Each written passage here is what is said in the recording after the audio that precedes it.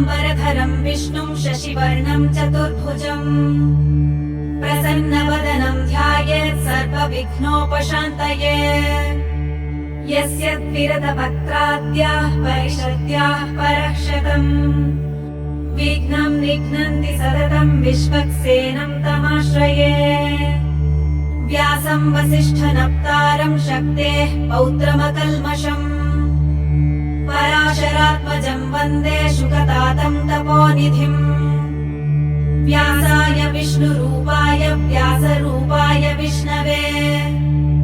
नमो वै ब्रह्मनिधये वासिष्ठाय नमो नमः। अविकाराय शुद्धाय नित्याय परमात्मने सदैकरूपरूपाय विष्णवे सर्वजिष्णवे। यस्य स्मरणमात्रेण जन्म संसारबन्धनात् विमुच्यते नमस्तस्मै विष्णवे प्रभविष्णवे। ॐ नमो विष्णवे प्रभविष्णवे। श्रीवैशम्पायन उवाच श्रुत्वा धर्मानशेषेण पावनानि च सर्वशः युधिष्ठिरः शान्तनवं पुनरेवाभ्यभाषत। युधिष्ठिर उवाच किमेकं दैवतं लोके किं वाप्येकं परायणम् स्तुवन्तः कं कमर्चन्तः प्राप्नुयुर्मानवाः शुभम्। को धर्मः सर्वधर्माणां भवतः परमो मदः किं जपन्मुच्यते जन्तुर्जन्म संसारबन्धनात्। श्रीभीष्म उवाच जगत्प्रभुं देवदेवमनन्तं पुरुषोत्तमम् स्तुवन्नाम सहस्रेण पुरुषः सततोत्थितः। तमेव चार्चयन् नित्यं भक्त्या पुरुषमव्ययम्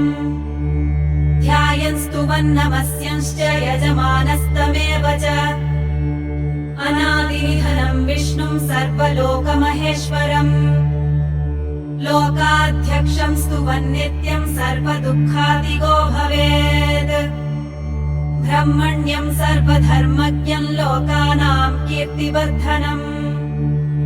लोकनाथं महद्भूतं सर्वभूतभवोद्भवम्। एष मे सर्वधर्माणां धर्मोऽधिकतमो मतः यद्भक्त्या पुण्डरीकाक्षं स्तवैरर्च्यन्नरः सदा। परमं यो महत्तेजः परमं यो महत्तपः परमं यो महद्ब्रह्म परमं यः परायणम्। पवित्राणां पवित्रं यो मङ्गलानां च मङ्गलम् दैवतं देवतानां च भूतानां यो ययः पिता। यतः सर्वाणि भूतानि भवन्त्यादियुगागमे यस्मिंश्च प्रलयं यान्ति पुनरेव युगक्षये। तस्य लोकप्रधानस्य जगन्नाथस्य भूपते विष्णोर्नाम सहस्रं मे शृणु पापभयापहम्। यानि नामानि गौणानि विख्यातानि महात्मनः ऋषिभिः परिगीतानि तानि वक्ष्यामि भूतये। ऋषिर्नाम्नां सहस्रस्य वेदव्यासो महामुनिः छन्दोऽनुष्टुप् तथा देवो भगवान् देवकीसुतः। अमृतांशुद्भवो बीजं शक्तिर्देवकीनन्दनः त्रिसामाहृदयं तस्य शान्त्यर्थे विनियुज्यते। विष्णुं जिष्णुं महाविष्णुं प्रभविष्णुं महेश्वरम् अनेकरूपदैत्यान्तं नमामि पुरुषोत्तमम्। अस्य श्रीविष्णोर्दिव्यसहस्रनामस्तोत्रमहामन्त्रस्य श्रीवेदव्यासो भगवान् ऋषिः अनुष्टुप् छन्दः। श्रीमहाविष्णुः परमात्मा श्रीमन्नारायणो देवता अमृतांशुद्भवो भानुरिति बीजम् देवकीनन्दनः सृष्टेति शक्तिः उद्भवः क्षोभणो देव इति परमो मन्त्रः। शङ्खभृन्नन्दकी च चक्रीति कीलकम् शार्ङ्गधन्वा गदाधर इत्यस्त्रम् रथाङ्गपाणिरक्षोभ्य इति नेत्रम् त्रिसामासामगः सामेति कवचम् आनन्दम् परब्रह्मेति योनिः ऋतुः सुदर्शनः काल इति दिग्बन्धः श्रीविश्वरूप इति ध्यानम् श्रीमहाविष्णुप्रीत्यर्थे सहस्रनाम जपे विनियोगः ध्यानम् क्षीरोदन्वत्प्रदेशे शुचिमणिविलसत्सैकते मौक्तिकानाम् मालाकृप्तासनस्थस्फटिकमणिनिभैर्मौक्तिकैर्मण्डिताङ्गः शुभ्रैरभ्रैरदभ्रैरुपरि विरचितैर्मुक्तपीयूषवश्यैः आनन्दीनः पुनीयादरिनलिनगदाशङ्खपाणिर्मुकुन्दः भूः पादौ यस्य नाभिर्वियदसुरनिलश्चन्द्रसूर्यौ च नेत्रे कर्णावाशाः शिरोद्यौर्मुखमपि दहनो यस्य वास्तेयमब्धिः अन्तस्थं यस्य विश्वं सुरनरखगोभोगिगन्धर्वदैत्यैः चित्रं रं रम्यते तं त्रिभुवनवपुषं विष्णुमीशं नमामि। ॐ नमो भगवते वासुदेवाय। शान्ताकारं भुजगशयनं पद्मनाभं सुरेशम् विश्वाधारं गगनसदृशं मेघवर्णं शुभाङ्गम् लक्ष्मीकान्तं कमलनयनं योगिहृद्ध्यानगम्यम् वन्दे विष्णुं भवभयहरं सर्वलोकैकनाथम् मेघश्यामं पीतकौशेयवासं श्रीवत्साङ्गं कौस्तुभोद्भासिताङ्गम् पुण्योपेतं पुण्डरीकायताक्षं विष्णुं वन्दे सर्वलोकैकनाथम् नमः समस्तभूतानामादिभूताय भूभृते अनेकरूपरूपाय विष्णवे प्रभविष्णवे सशङ्खचक्रं सकिरीटकुण्डलं सपीतवस्त्रं सरसीरुहेक्षणम् सहारवक्षस्थलशोभिकौस्तुभं नमामि विष्णुं शिरसा चतुर्भुजम् छायायां पारिजातस्य हेमसिंहासनोपरि आसीनमम्बुदश्याममायताक्षमलङ्कृतम् चन्द्राननं चतुर्बाहुं श्रीवत्साङ्कितवक्षसम् रुक्मिणी सत्यभामाभ्यां सहितं कृष्णमाश्रये।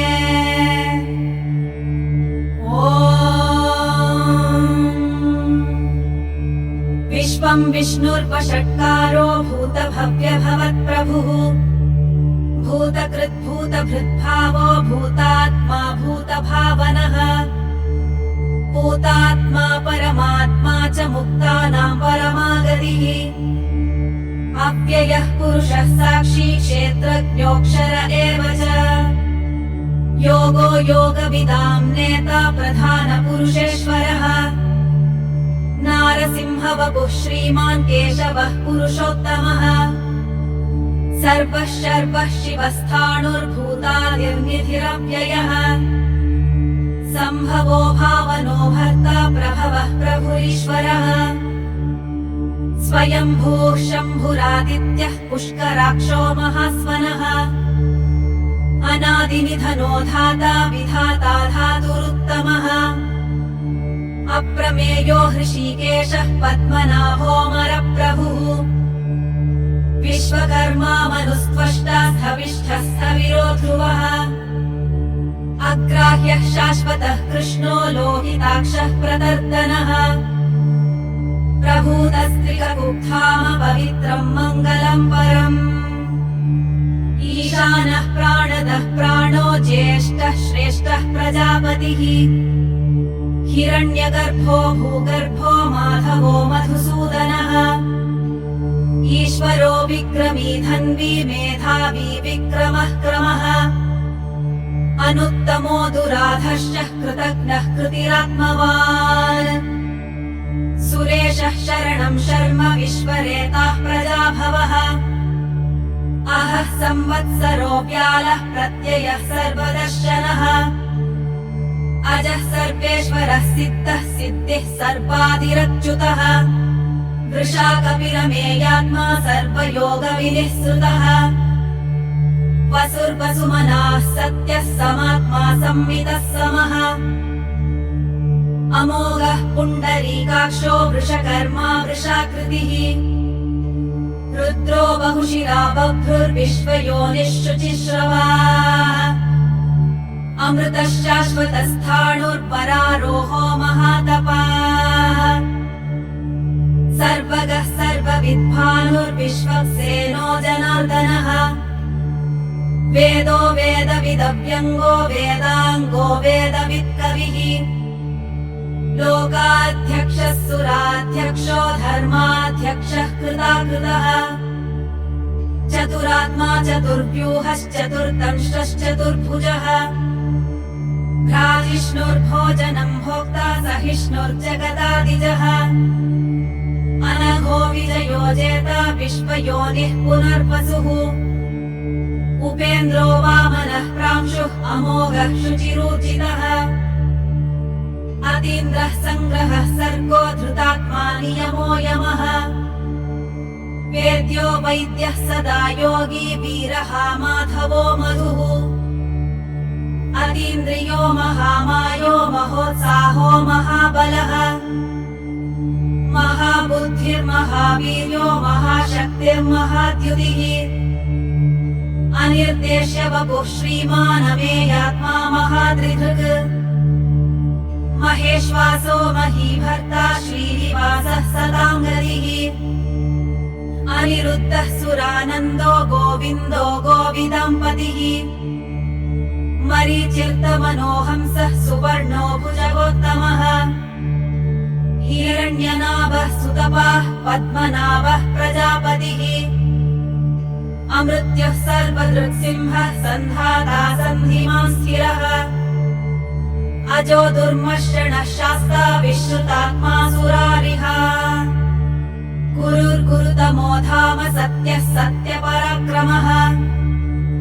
निमिषो निमिषस्रग्वी वाचस्पतिरुदारधीः अग्रणीर्ग्रामणीः श्रीमान् न्यायो नेता समीरणः सहस्रमूर्धा विश्वात्मा सहस्राक्षः सहस्रपात् आवर्तनो निवृत्तात्मा संवृतः सम्प्रमर्दनः अहः संवर्तको वह्निरनिलोधरणीधरः सुप्रसादः प्रसन्नात्मा विश्वधृक् विश्वभुक् विभुः सत्कर्ता सत्कृतः साधुर्जह्नुर्नारायणो नरः असङ्ख्येयो प्रमेयात्मायो महाशनः अदृश्यो व्यक्तरूपश्च सहस्रचिदनन्तचित् इष्टो विशिष्टः शिष्टेष्टः शिखण्डी नहुषो वृषः क्रोधः क्रोधकृत्कर्ता विश्वबाहुर्महीधरः अच्युतः प्रथितः प्राणः प्राणदो वासवानुजः अपानिधिरधिष्ठानमप्रमत्तः प्रतिष्ठितः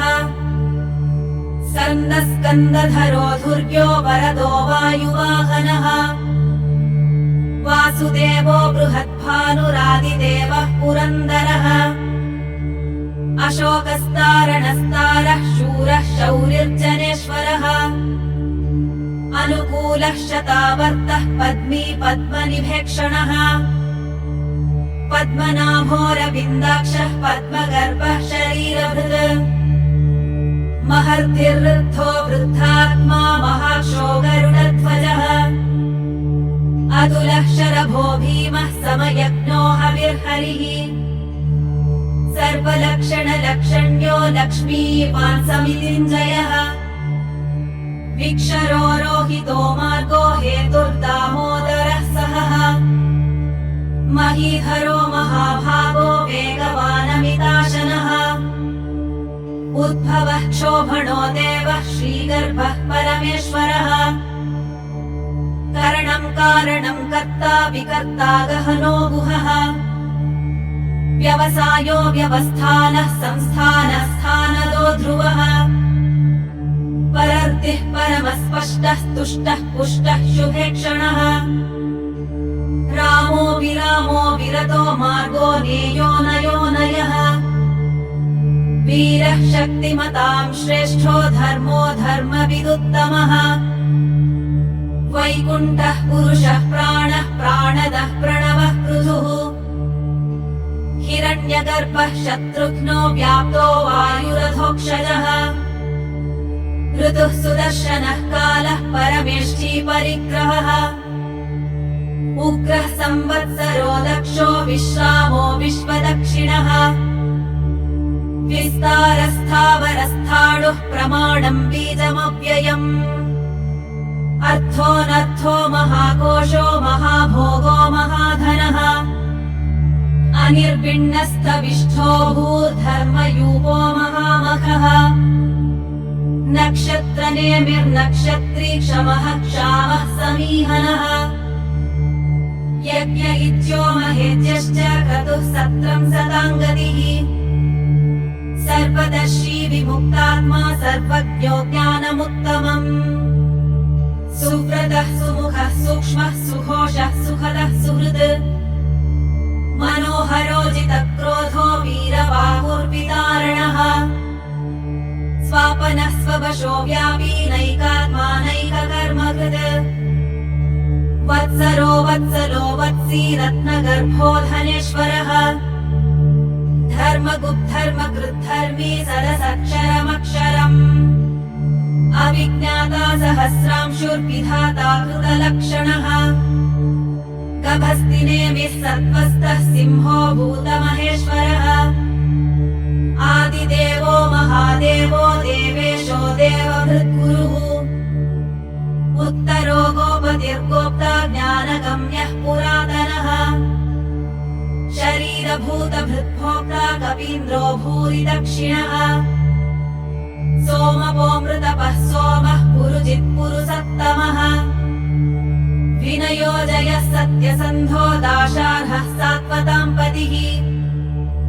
जीवो विनयिता साक्षी मुकुन्दो वितविक्रमः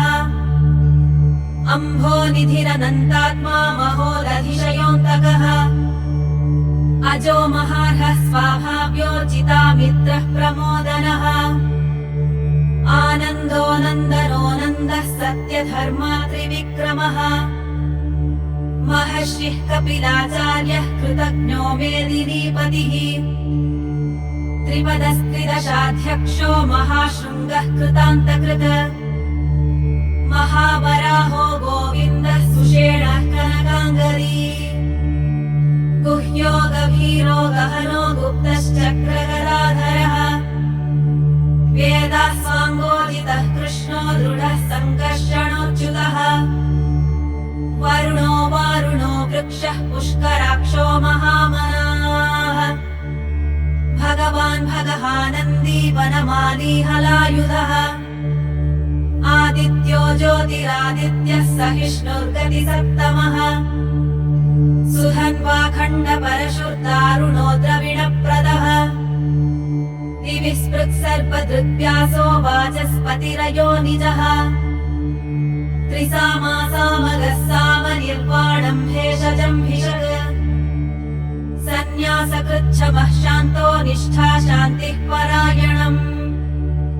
शुभाङ्गः शान्तिदः स्रष्टा कुमुदः कुवलेशयः गोहितो गोपतिर्गोप्ता वृषभाक्षो वृषप्रियः अनिवर्ती निवृत्तात्मा संक्षेप्ताक्षेमकृच्छिवः श्रीवत्सवक्षाः श्रीवासः श्रीपतिः श्रीमताम्बरः श्रीदः श्रीशः श्रीनिवासः श्रीनिधिः श्रीविभावनः श्रीहरः श्रीकरः श्रेयः श्रीमान् लोकत्रयाश्रयः स्वक्षः स्वङ्गश्चदानन्दो नन्दिर्ज्योतिर्गणेश्वरः विजितात्मा विधेयात्मा सत्कीर्तिश्चिन्म संशयः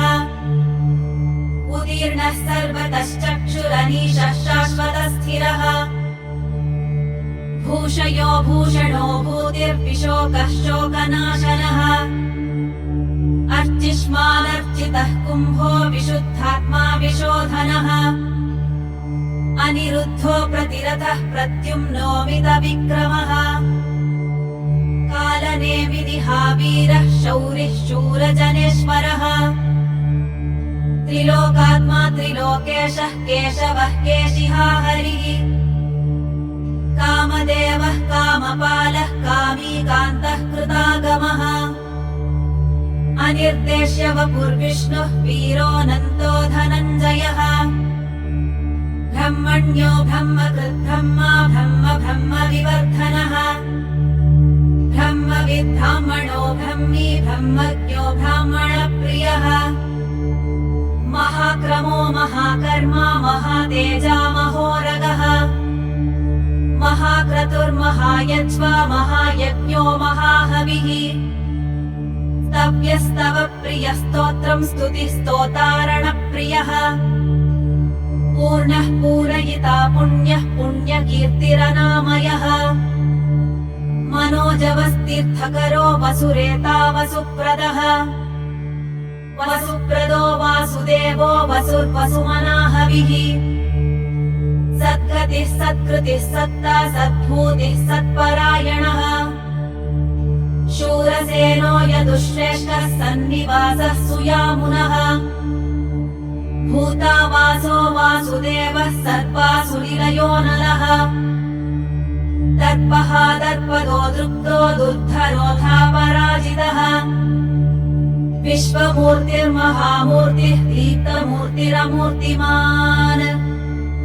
अनेकमूर्तिरव्यक्तः शतमूर्तिः शताननः एकोनैकः सवः कः किम् यत्तत्पदमनुत्तमम् लोकबन्धुर्लोकनाथो माधवो भक्तवत्सलः